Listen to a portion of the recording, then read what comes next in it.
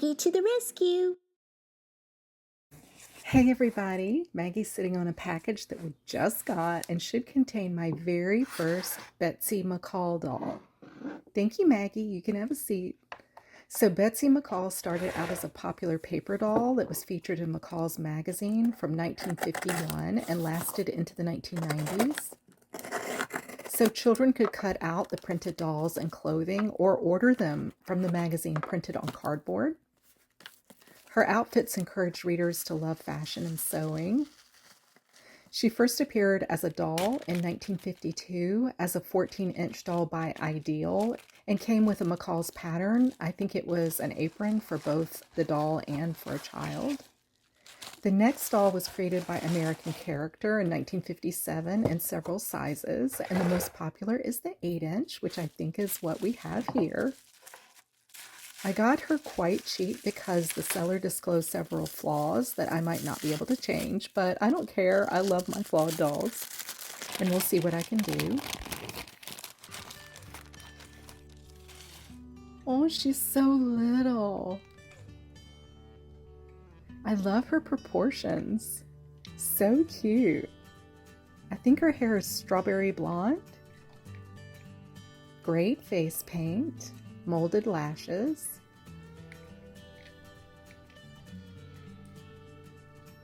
See her stain? Bent at the knees.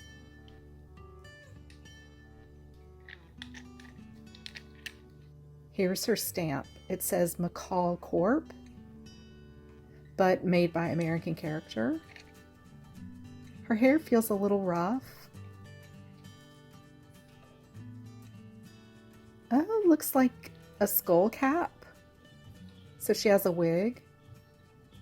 If I can, I'd like to take it off so I can wash it and sanitize underneath, because that's sometimes where smells kind of linger. And though I know Betsy McCall hair is always high up on the forehead, or at least it is in the photos that I've looked at, I think I'd like to move the hair down just a tad. Are her legs supposed to be like this? I can't tell how they're jointed. The seller told me there was a split there. I probably don't mind that. I don't think I want to use super glue and risk super gluing her legs, whatever the mechanism is here. Got to pick your battles.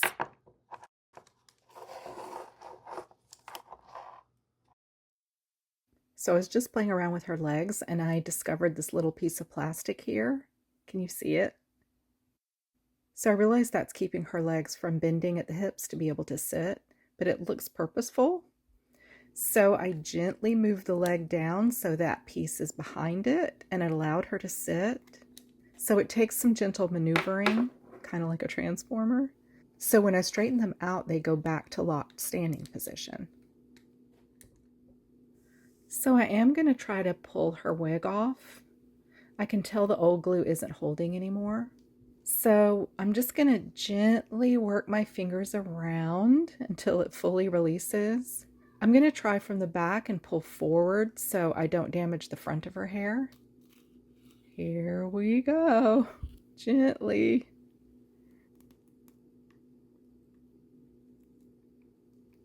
Did it.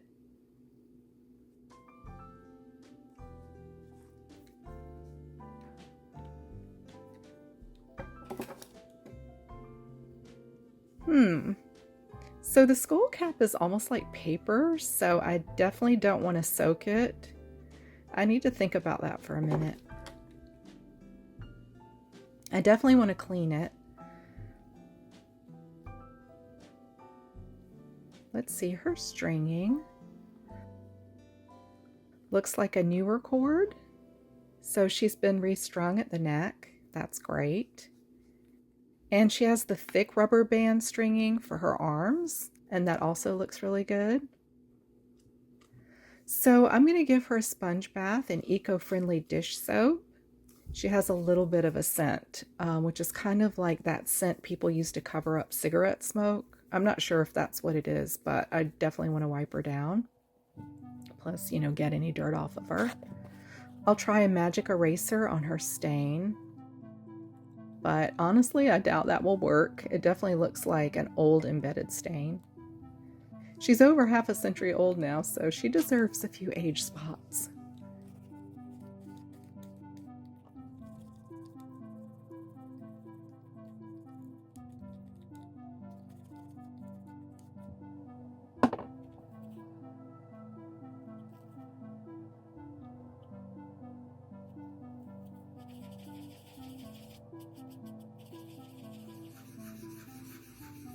No change at all. So a lot of doll restorers use benzoyl peroxide to remove stains like this. Mine is dried up. But also I haven't had great luck with that method, and it actually isn't great for PVC. So I'm just going to let her wear her stain as part of her story. And as I've been promising forever, eventually I'll do a video just on stain removal. So I'm just doing an extra scrub on her head to make sure there's no smell under the wig. And I'll spritz it with some alcohol before adding her wig glue.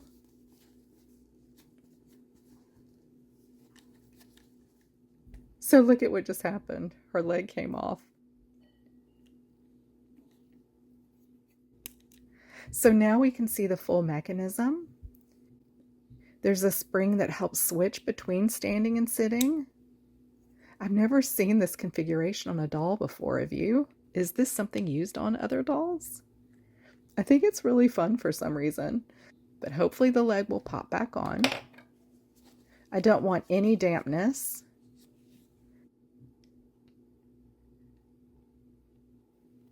So I've lined up the oval with her leg in this direction, and now I'm going to turn it.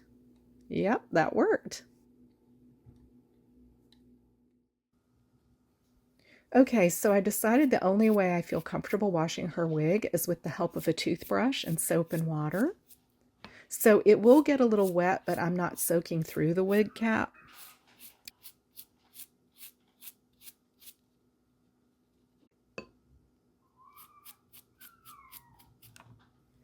Excuse all the weird sounds outside of my window. I think it's some kids playing.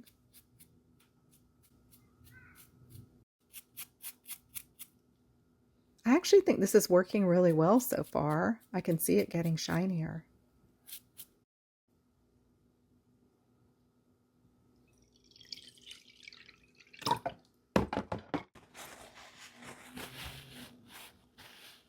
I'm just wiping it down now, and I'll do another round of brushing with filtered water.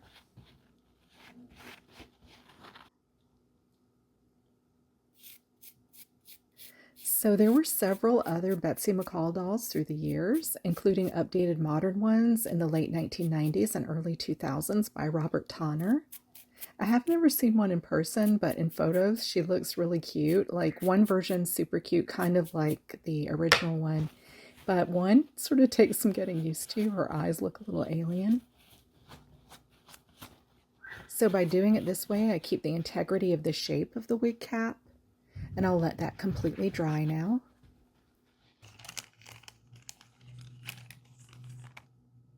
So here's her original chemise. Oh boy, her shoe is stuck. Something sticky on it. I'll get that off. Anyway, it's so delicate and sheer. Little flowers. It's still in great condition.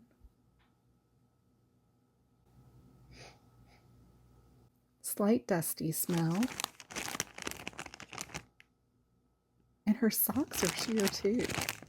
They're almost like stockings.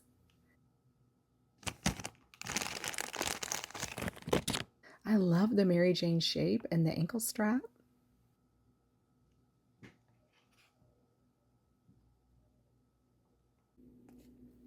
So I'm just using a drop of sensitive detergent. I'm going to let it soak for a while. Since my detergent is unscented, I want to add a touch of that washed clothes smell. So I'm adding a couple of tiny crystals of scent sensations. I really like it, but my husband does not.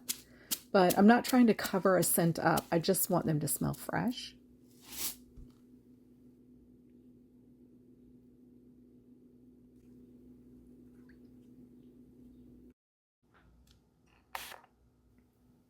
So I'm spraying a little diluted alcohol just to make sure it's sanitized and the glue will stick. And same for the top of her head.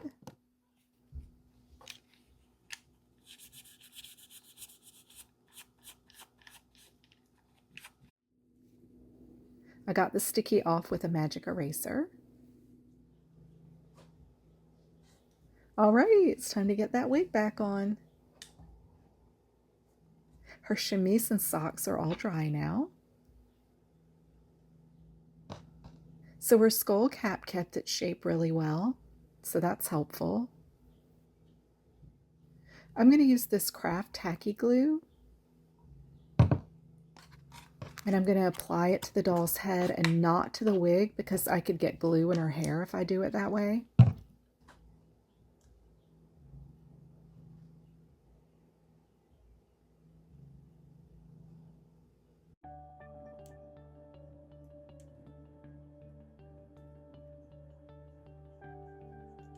So like I said in the beginning, I think I'm going to try to glue her wig just a tad bit lower on her forehead. I think that'll help make her bangs look fuller, and I just think it'll be cuter.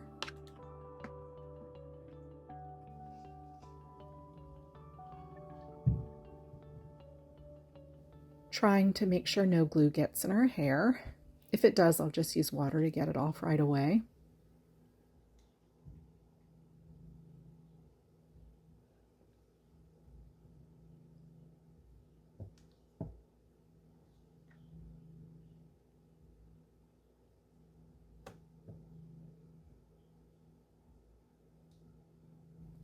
It's slipping around a little bit, trying hard for it not to end up being crooked.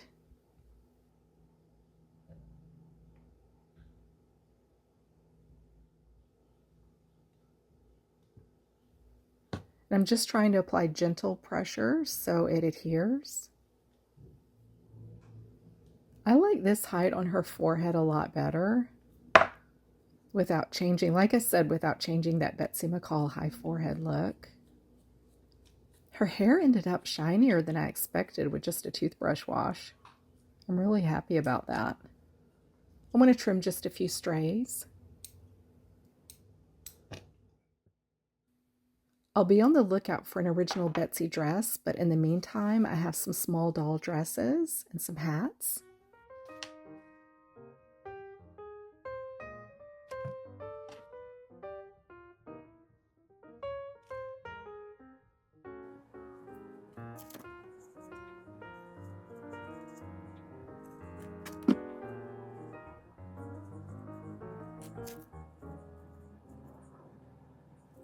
So I'm going to get her underclothes on and choose a dress and hat and get her set up for the big reveal.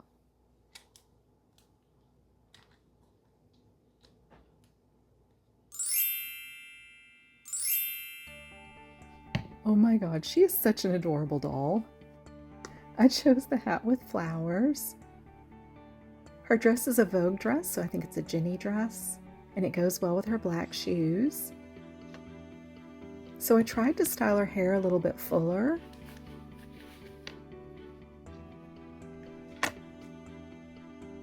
And I'm so happy she can sit, and I know Maggie is too. So she's a great posing for photos doll. If any of you had this doll originally, I would love to hear about that in the comments, or if you had any Betsy McCall doll or paper dolls. So I hope you enjoyed this today. Thanks so much for your support, and thanks for watching, everybody. Bye. Like and subscribe. Thank you.